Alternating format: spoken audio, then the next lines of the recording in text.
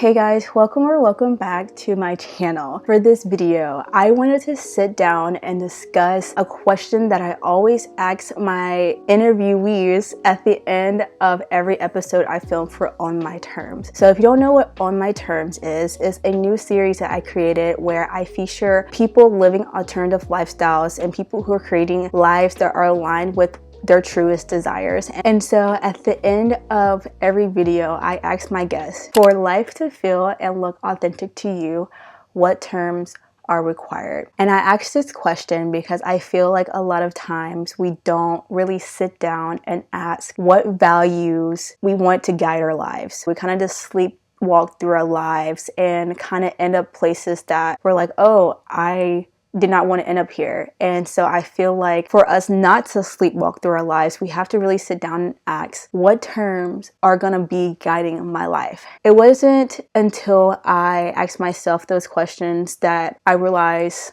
how essential they are to building a life that is aligned with me and building a life that's authentic to me. And an exercise that helped me was one that was in Jay Shetty's book, Think Like a Monk. And I always recommend this exercise. He had you basically list all the values that are guiding your life right now. And then he has you break it down to where do you receive these values? So was it from media? Was it from family? Was it from friends? Was it from yourself and like what you kind of added as you were living your life? And so he has you break those down. And then he has you look at them and say which ones resonate and which ones don't. Which ones do I want to guide my life and my decisions, and which ones do I need to release? And so I really like that exercise, and that is what inspired this question and why I was like, this has to be the backbone of my series. I really like asking this question because every time I ask this question, my guests usually pause. And it's always within that pause, I'm like, yes, now we got the wheels turning. They are thinking. And this isn't to say that all my guests aren't living authentic lives because they can't answer right away. It's just that maybe the way I frame this, they haven't really put to words what they're doing. And that's why I like it, because like obviously the people I feature are people who are already living lives that are alternative and different and unique and authentic to them. And so it's with this question that they could really kind of structure what they're doing and kind of share those values that are guiding their lives. So I kind of want to break down this question because I do want, as this series continues, for readers and viewers to sit down and ask themselves this question, because this is the whole point of the series, is for viewers and readers to be exposed to these lifestyles, to see what's possible, to see what resonates, and to start constructing their own blueprint on how they want to build their life. And so with these questions, for life to feel and look authentic to you, what terms are required? I don't want you to think, oh, what's aesthetic? Because authentic does not mean aesthetic, because I know a bunch of lifestyles that if they were to put it on Instagram, it's not going to be aesthetic. Being aesthetic is not the goal when you're trying to build an authentic lifestyle. I often find people more concerned how their life looks on Instagram, on TikTok, whatever, rather than how it feels to them. And that is one of the biggest issues in our generation and our culture today. And that's why I feel like we're so burnt out and drained and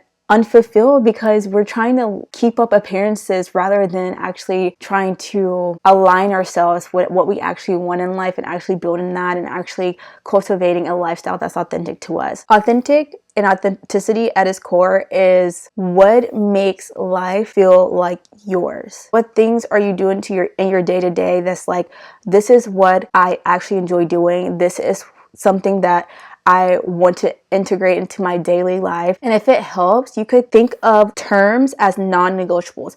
What are those things in your life that if you did not have them, it would not feel like you're living a life that you want? What are things that are non-negotiable that you need in your life in order for it to be unique to you? And these aren't necessarily goals. These are more values based. What are those values that are going to be the foundation of you building an authentic life. And so I'm going to share a bit of my terms, the terms that for life to feel and look authentic to me, these are the terms that are required. So one of them is creativity. I knew that creativity needed to be a term for me once I reflected and saw the thread of creativity in my life. Ever since I was younger, I was always into dance. I was always into writing. I was always into doing all of the arts and crafts and stuff like that. And so if I did not have these things, if I did not have creativity, I would feel unfulfilled. And so creativity is one of my terms. So as I'm building a life, I need to have those areas where I am allowed to express my creativity and where I can be creative. The next one is flexibility. Growing up, I was a very structured person, and I'm not saying that flexibility kind of negates having structure, because I like routine, I like structure here and there. What I mean by flexibility is I want to be able to switch up my lifestyle when I want to. I want to be able to travel when I want to. I want to be able to move abroad to a new country when I want to. And for that to happen, I'm like, okay, what I do career-wise needs to be flexible. And so as I'm building my life, I'm looking for ways to where I could create a career that is flexible, that allows my life to be flexible. This is a non-negotiable for me, because once I think about a traditional 9-to-5 sitting at a desk, I can't. It's just not authentic to me. That's not something that calls to me.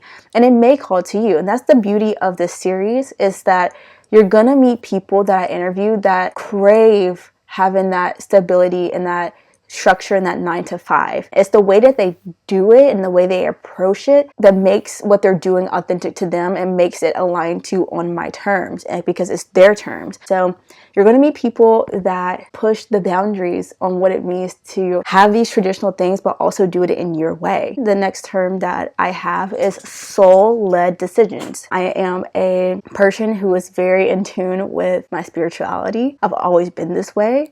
And I always lead with my heart, and I always make decisions that are centered in informed by spirit. I like to meditate, I like to do yoga, and I really believe that being soul-led has got me to where I am today. That's why this is one of my terms, because if I wasn't soul-led and I was just making decisions based off of logic and based off of what other people expected of me, I wouldn't be creating a life that feels aligned with what I want. And the last one is stillness. Like I just mentioned, I really enjoy meditation, I enjoy yoga, and I really believe within stillness, that's where I get my answers on what I should do next. And sometimes the answer doesn't come when I expect it or when I want it to come, but it's through stillness that my steps are laid out for me. And so I feel like those terms are the foundation of the life that I'm building.